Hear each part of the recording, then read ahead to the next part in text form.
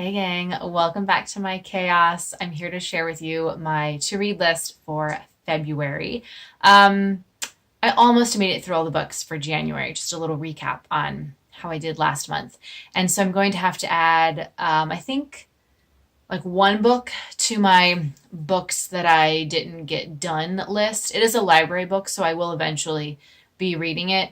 But I really should also make a list of all the books that I meant to read and never got around to. But we won't talk about those right now. Those will just be sitting on the shelf for whenever.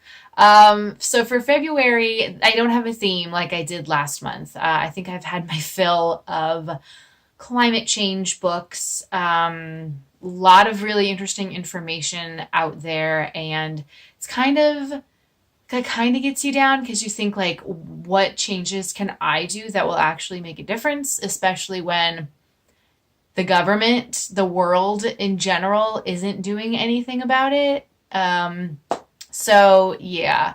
And then I read The Water Knife, which was really good. It was fiction, but it was about how climate change made water scarce, and it's kind of scary. Not just because the book is a little bit violent, probably not for, if you're a squeamish person, probably not for you.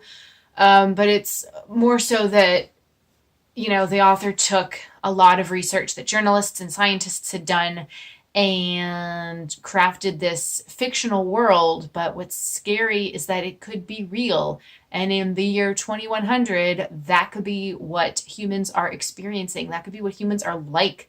It's just really sad when you think about how money and power will get you anything, even if it's the wrong things. And the rest of us are just kind of at the mercy of those who make the decisions. So anyway, that's about the January books. Let's move into the February books. So I actually meant to include this last month because my friend and I started reading it last month, but it's a new devotional. It's called Jesus Calling, Receiving Christ's Hope, and it's part of a Bible study series. It's not specifically the Jesus Calling book by Sarah Young. This is actually put together by Karen Lee Thorpe, but it's based off of the Jesus Calling book. So this takes it and kind of turns it into an actual devotional. It's very in-depth. I think there are like 8 sessions, but within each session there are multiple parts, and it took us like 2 weeks to do one session. Maybe I actually think it took us multiple weeks to do one session. Which is fine. It's just a little more in depth than I thought it was going to be, and sometimes I'm answering the questions. It does have space for writing questions. Kind of looks like this on the inside. It's spiral on the inside, but the back is not, so you can't like flip it over, which I kind of don't like. But that's all right. My friend found this for like $5 at Costco. So maybe you should check it out if you like discounted books and you're looking for a devotional. But anyway, as I'm answering some of these questions, I kind of feel like I'm taking a test where I'm like, okay, what's the right answer? What do they want me to say? Because it's very much taking a deeper look at scripture and trying to decipher what it means. And I'm like, no, I need you to tell me what it means. That's the whole reason why I'm doing a devotional. I need you to tell me what it means.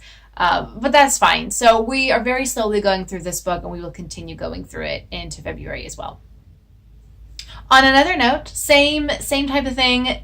Sarah Young also has a book called Jesus Always, and this is the coloring book version, the adult coloring book version of it that I found for $1 at Dollar Tree. So it takes like passages from the book, and then you color around it, and you can like trace the words or do whatever. That's all it is. You're just kind of like sitting, relaxing, and coloring and focusing. And early in 2019, I read a book called Praying in Color. This kind of reminded me of that. Instead of doing your own doodles, they're already drawn for you, and you just kind of color. So I've been slowly going through this as well, just taking some time every day, every other day to color, break up my colored pencils, and just kind of focus on my thoughts and getting the pictures and the words done. So, for $1, it's kind of just like a fun extra thing for me to do, adding on to the devotionals. So I meant to bring my copy of Erica Jong's Fear of Flying down to show you. in this video, but I forgot to do it, and I'm not gonna go back upstairs and get it because I'm lazy. But I do have a copy of it. It's a used copy. I can't remember if I read it and I liked it so much that I went to a used bookstore and found it, or if I just happened to see it at a used bookstore and I said, hey, this book, like, I've heard people talk about it, I should buy it. I don't remember. It was a long time ago when I first read it. I was in college, but I really, really enjoyed it. And then back in 2015, I went to Book Expo, and Erica Jong's follow-up to that book is Fear of Dying. So it's kind of taken her many years since the first one, and now the character is older, and it just kind of goes through all of those things that women of a certain age would experience. So it came out, it's published by St. Martin's Press, and it came out in September of 2015, and it's been sitting on my Book Expo to read shelf for a really long time. So 5 years after the publication date, I'm going to read it, and I will review it for you. I've got a couple library books to share for this month. This is Feel the Fear and Do It Anyway. I was reading a book, I think I was reading Clout, rereading Clout, and this book was referenced in that book. So I thought, hey, I will pick it up. And since fear is like my buzzword, because I feel like everything I do is based out of fear, or things that I don't do is based out of fear, I'm hoping that I can get some insight from this book, which I'm pretty sure is like a classic in the realm of self-help. So if you have read it before, let me know what you thought about it. It's pretty short. I'm sure, though, it's going to take some time to get through each chapter. It's not probably going to be something that I read in a day, because I want to absorb the advice and the tips. But yeah, it's basically understanding what you're afraid of, why you're afraid of it, and how to turn that around and use it for good or something like that. So it's written by a PhD. I can't see the name because they put the sticker over it. Susan Jeffers, PhD. So I will report back on how I feel about this one after I read it. I also grabbed Max Lucado's Fearless. Again, we're playing, maybe I do have a theme. Maybe I have a little bit of a theme this month. A little bit of theme is called fear. I don't know. But this is Max Lucado's Fearless, which is also referenced in the Clout book. And the name of the author is, I can't remember it right now, but I read it in December, I think. I reread it in December. So check out that to read video so you can find a little bit more about that book. And I also have a review of it up on the blog, so go to the link below. But yeah, this book is just about reasons not to fear and how we can live a life without fear, which is really interesting because I'm actually continuing reading the Core 52 book by Mark Moore. And one of the chapter sections or sessions themes that I've been reading is wisdom. And some of it is talking about fear and how we are supposed to fear God, but it's a different kind of fear than if you were fearing a scary monster. So, there's that sort of it says don't fear, but then you do fear in the Bible, and trying to decipher what all of that means. Maybe this book will also shed some light on that theme as well. It's kind of cool when you're reading books and something that you've read in one book, you'll see in another book, and you're putting two and two together, and you're like, hey, oh my gosh, this is just what this person said, and then I read about this over here. So I don't know. Do you like that? I like that when that happens. And it seems to be happening to me a lot, which maybe it's just because I'm paying more attention because I'm doing the book journaling, and I'm writing down passages that I like, and I'm writing down not just the synopsis of what I read, but kind of my thoughts and feelings on it as well. So maybe I'm just, my brain is absorbing it more since I'm doing that. I don't know. All right, sort of a book haul kind of thing that we're doing now. Homework, a memoir of my Hollywood years by Julie Andrews. She has a first memoir that I really should go to the library and check out, because I feel like maybe I should read that one first and then this one, because this one takes place, this is her life after the first book. But I bought this book because I read good things about it in so many magazine reviews. It just came out at the end of last year, I think.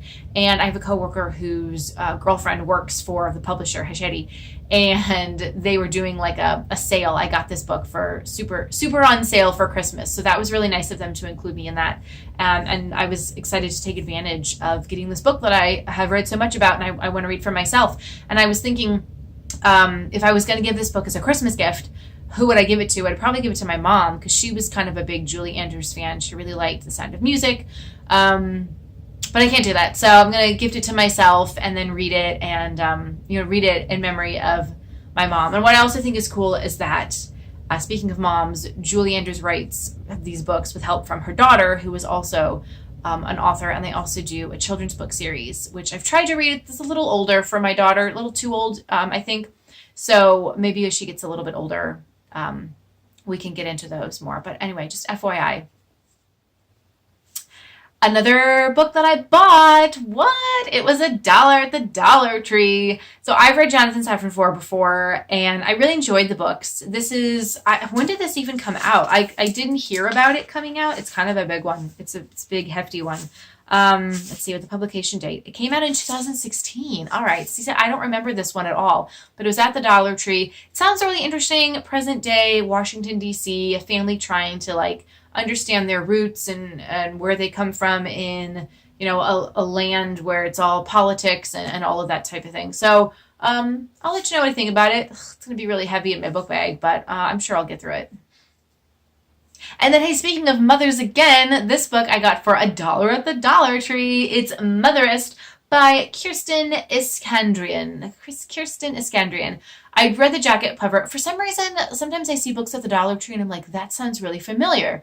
So maybe I have read about this book before. I read a review of it. I don't know, but it sounded familiar, so I decided I would pick it up for $1. Basically, it's a girl has a kind of a strange relationship with her mom. It's not really the relationship she wants. And then she becomes a mom and has to like decipher what kind of a mom she wants to be based on what she knows of motherhood, her experience with mom. So I'm looking forward to reading this one as well.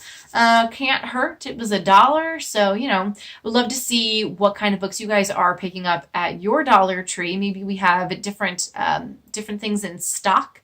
So definitely let me know if you found anything interesting and let me know what you guys are reading this month. I kind of have like a thick stack of books. I'm going to bring it forward here. Ooh, it's a lot of books this month. So I'm not super sure I'm going to get all of these books done, but I will do my best. Some of them, you know, the coloring book and the devotional, I'm just kind of going through. I'm not going to try to finish them this month. I know that's not going to happen. So those are just books that I'm like going through. So basically I have 1, 2, 3, 4, 5, 6 books. 6 books to read for February. It's a short month and I am going on a business trip, so maybe I'll have some extra time. I don't know. We'll see. Although there's an extra day this February. It's a leap year. So I'm sure that extra day is going to make so much difference. No.